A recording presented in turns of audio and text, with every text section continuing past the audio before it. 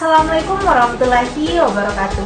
Halo Sobat Peternakan, saya Bella Febriani dari Prodi Penyuluhan Peternakan dan Kesejahteraan Hewan. Pada video kali ini, saya akan menjelaskan mengenai alat reproduksi sapi jantan dan sapi betina beserta hormon yang disediakannya. Untuk lebih jelasnya, simak video berikut. Pembahasan pertama yaitu mengenai alat reproduksi sapi jantan.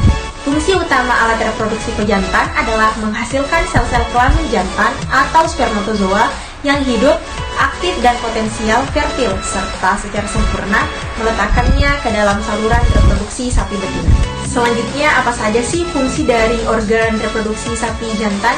Yang pertama yaitu testis. Testis berfungsi sebagai produksi spermatozoa dan androgen. Yang kedua yaitu skrotum. Skrotum sebagai pendukung testis, mengontrol suhu testis dan sebagai perlindungan testis. Yang ketiga yaitu spermatic cord, berfungsi untuk mendukung testis dan mengontrol suhu testis. Yang keempat yaitu epididymis, sebagai konsentrasi spermatozoa, penyimpanan, pematangan, dan transportasi spermatozoa. Yang kelima yaitu vas deferens, sebagai transportasi spermatozoa. Yang keenam yaitu uretra, sebagai transportasi semen. Yang ketujuh, kelenjar vesikular, sebagai kontribusi cairan, substrat energi, dan buffer terhadap semen.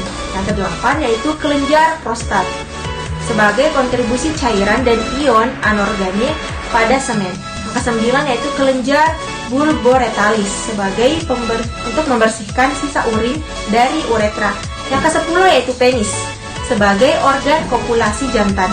Dan yang terakhir yaitu preputium, sebagai pembungkus atau pelindung penis. Selanjutnya yaitu organ reproduksi sapi betina. Yang pertama yaitu ada ovarium. Ovarium terdiri dari dua bagian, yaitu bagian kanan dan kiri. Akan tetapi pada bagian ovarium kanan biasanya lebih besar dibandingkan bagian kiri, dikarenakan fisiologi lebih aktif pada bagian ovarium kanan. Ovarium memiliki fungsi ganda, yaitu fungsi reproduksi dan endokrinologi. Untuk fungsi reproduksi sendiri yaitu untuk menghasilkan sel telur atau ovum, sedangkan untuk fungsi endokrinologi yaitu menghasilkan hormon-hormon yang berperan dalam proses kelahiran dan pasca kelahiran. Di antaranya ada hormon estrogen, progesteron, dan lain sebagainya. Yang kedua yaitu tuba Fallopi atau sering disebut sebagai oviduk. Tuba Fallopi berfungsi untuk menangkap sel telur yang telah diovulasikan sebagai media transportasi bagi spermatozoa, sebagai tempat fertilisasi, tempat bertemunya sel telur dan sperma sebelum terbentuknya zigot, dan seleksi spermatozoa, dan juga sebagai pembelahan. Uterus, yang ketiga itu ada uterus, terdiri dari dua bagian yaitu korno uteri atau badan uterus dan corpus uteri atau tanduk uterus. Pada bagian ini berfungsi sebagai penghasil PGF2 alfa dan juga sebagai tempat perkembangan fetus dan tempat pembentukan plasenta atau tempat implantasi, serta sebagai tempat pengeluaran fetus saat partus atau saat kelahiran. Yang keempat yaitu ada serviks. Serviks berfungsi untuk mencegah mikroorganisme atau benda asing masuk ke dalam lumen uterus. Pada dinding lumen uterus terdapat sel-sel penghasil cairan, yaitu berbentuk kental bersih bening sebagai pertanda ternak sapi betina sedang birahi. Fungsi dari cairan tersebut adalah untuk menyeleksi sperma dan memudahkan jalannya spermatozoa yang telah disemprot oleh penis masuk ke dalam vagina menuju lumen serviks. Selanjutnya yang kelima yaitu vagina. Vagina berfungsi sebagai alat kopulatoris sebagai tempat keluarnya fetus saat partus. Yang keenam yaitu vulva atau klitoris, adalah alat kelamin luar. Vulva akan terlihat ketika birahi, yang dimana vulva dan kelenjar di dinding vulva akan memunculkan klitoris pada saat birahi. Yang ketujuh yaitu bagian orificium uretra. Yang kedelapan diverticulum uretra. Yang kesembilan vesika urinaria. Ada juga tulang pelvis, rectum, anus, ligamentum.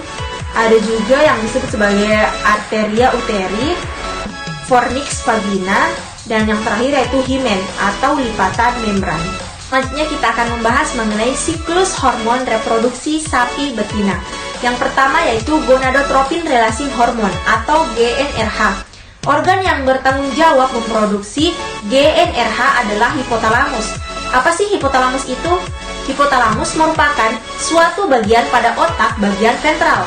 GnRH mempunyai fungsi untuk menstimulasi kelenjar pituitari bersama-sama dengan estrogen untuk memproduksi LH dan FSH.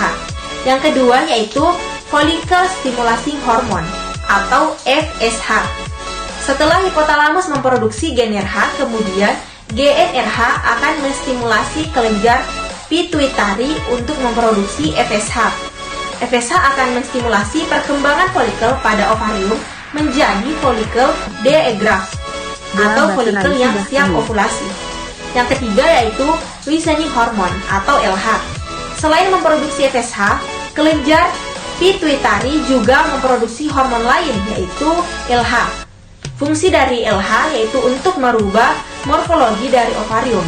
Namun berbeda dengan FSH, LH menstimulasi terbentuknya korpus luteum atau sisa dari folikel yang sudah ovulasi. Selanjutnya yang keempat yaitu estrogen. Folikel di ovarium memproduksi estrogen. Semakin besar ukuran folikel, maka akan semakin tinggi kadar estrogen dalam darah. Hormon estrogen ini yang akan membuat sapi menunjukkan gejala-gejala birahi.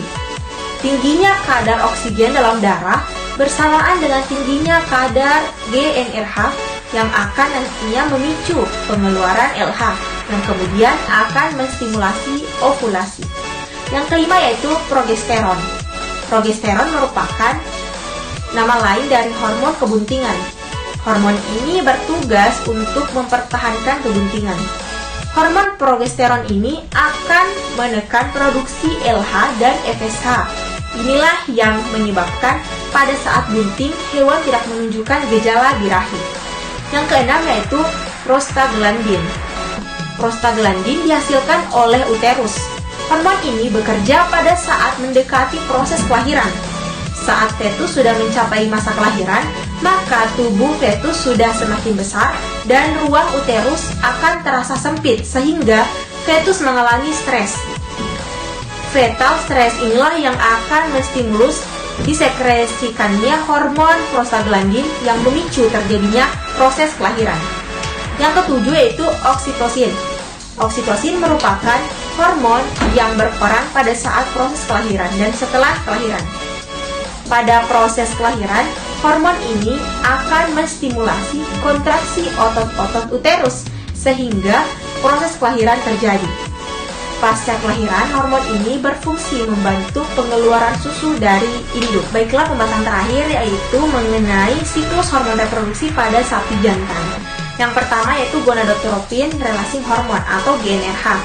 Proses spermatogenesis diatur oleh hormon pada sapi jantan disebut lengkung, hipotalami, pituitari, dan testikular. Hubungan ketiga organ ini dalam sistem reproduksi diatur oleh hormon, baik secara feedback negatif maupun feedback positif. Kelenjar hipotalamus mengeluarkan GnRH yang memicu terjadinya pelepasan kelenjar pituitari anterior untuk mengeluarkan hormon luteinizing atau LH dan foliotropin atau FSH. Yang kedua yaitu follicle stimulating hormone atau FSH. FSH dihasilkan pada kelenjar hipofise anterior. FSH bersama testosteron akan bekerja sama untuk mengatur proses spermatogenesis. Reseptor dari FSH terdapat di sel Sertoli. FSH akan menstimulus sel Sertoli untuk menghasilkan ABP atau androgen binding protein. ABP diperlukan untuk menjaga konsentrasi testosteron sehingga spermatogenesis dapat berjalan dengan baik. Yang ketiga yaitu luteinizing hormone atau LH. Pada sapi jantan, LH atau luteinizing hormone akan menstimulus sel interstisial atau sel lidik untuk membantu proses steroidogenesis dan produksi testosteron. LH akan bersinergi dengan FSH dalam menjaga konsistensi mutu sel sperma. Ketika kadar testosteron di dalam darah menjadi rendah, GnRH akan menstimulus sekresi LH Dan ketika testosteron kembali cukup, akan memberikan feedback negatif terhadap sekresi GnRH dan LH. Yang keempat yaitu testosteron. Secara umum, hormon ini di dalam sistem reproduksi sapi jantan terbagi menjadi dua golongan, yaitu HPG hormones, terdiri dari hipofise, pituitari, dan gonadal axis, dan hormon steroid. Testosteron termasuk ke dalam golongan hormon steroid. Steroid diperlukan untuk menjaga agar proses spermatogenesis berjalan konsisten sehingga mutu sperma tetap terjaga. Baik, itulah tadi sedikit penjelasan dari saya mengenai fungsi dari masing-masing organ reproduksi sapi jantan dan sapi betina beserta hormon yang dihasilkannya. Semoga apa yang saya sampaikan dapat bermanfaat untuk kita semua. Kurang dan lebihnya mohon dimaafkan. Wabillahi taufiq wal hidayah. Wassalamualaikum warahmatullahi wabarakatuh.